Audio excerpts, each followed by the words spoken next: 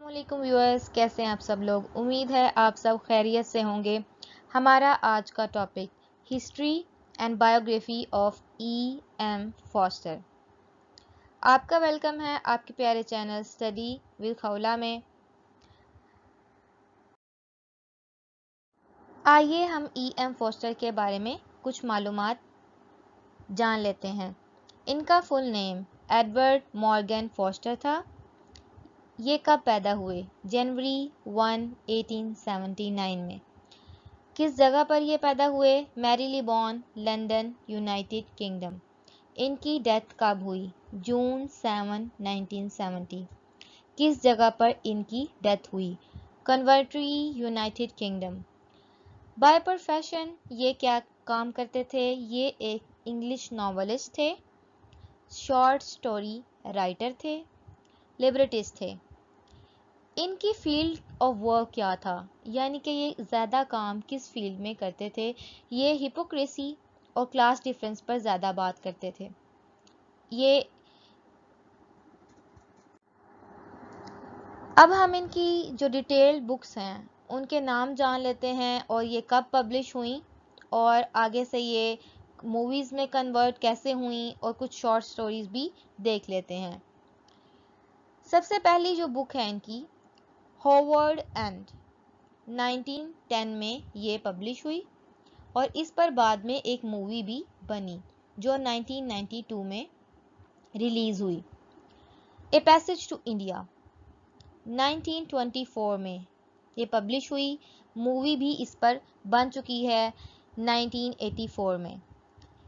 Third one A room with a view, ये 1908 में publish हुई और इस पर मूवी बाद में बनी 1985 में।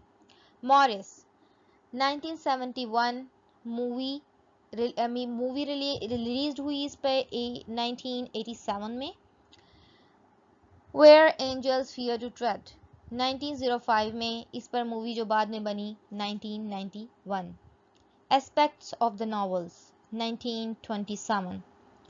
द मशीन स्टॉप्स 1909, इस पे बाद में ये शॉर्ट स्टोरी है और जो बहुत ही दिलचस्प है। The longest journey 1907।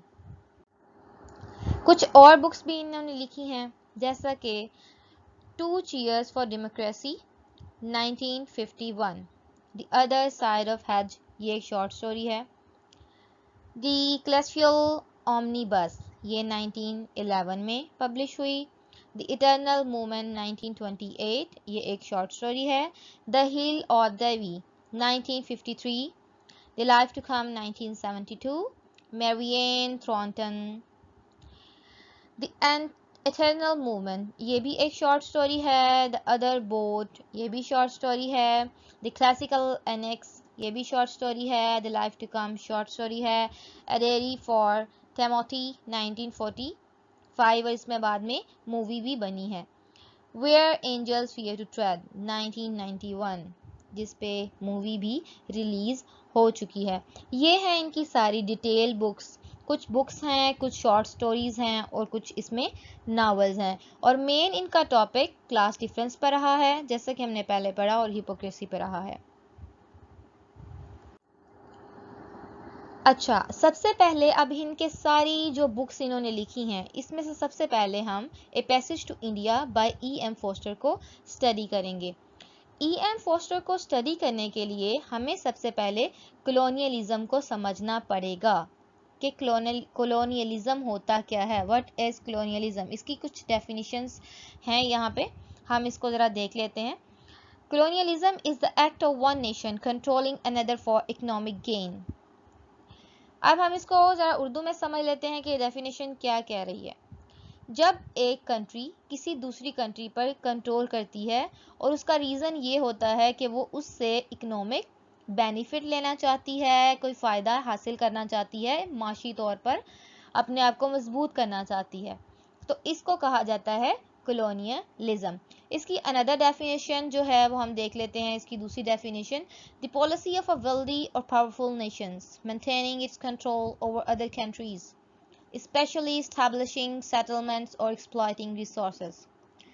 कोई भी जब पॉलिसी बनाई जाती है, एक अमीर और रिच पावरफुल नेशन जब कोई पॉलिसी बनाती है मेंटेन करने के लिए अपना कंट्रोल ओवर अदर कंट्रीज, दूसरी कंट्रीज पर, स्पेशली इन एस्टैब्लिशिंग सेटलमेंट्स, उनकी उनके सेटलमेंट्स करने के लिए और एक्सप्लॉइटिंग उनके रिसोर्सेज ख़राब करने के लिए या उधर जाकर उनके रिसोर्सेज को अपने हिसाब से चलाने के लिए, तो उसको कहा जाता है कॉलोनियलिज्म।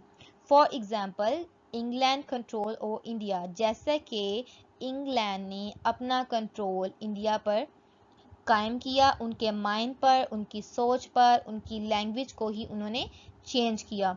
और ज़्यादातर लोगों की अर्ज क्या थी, हम इंग्लिश लैंग्वेज को सीखें।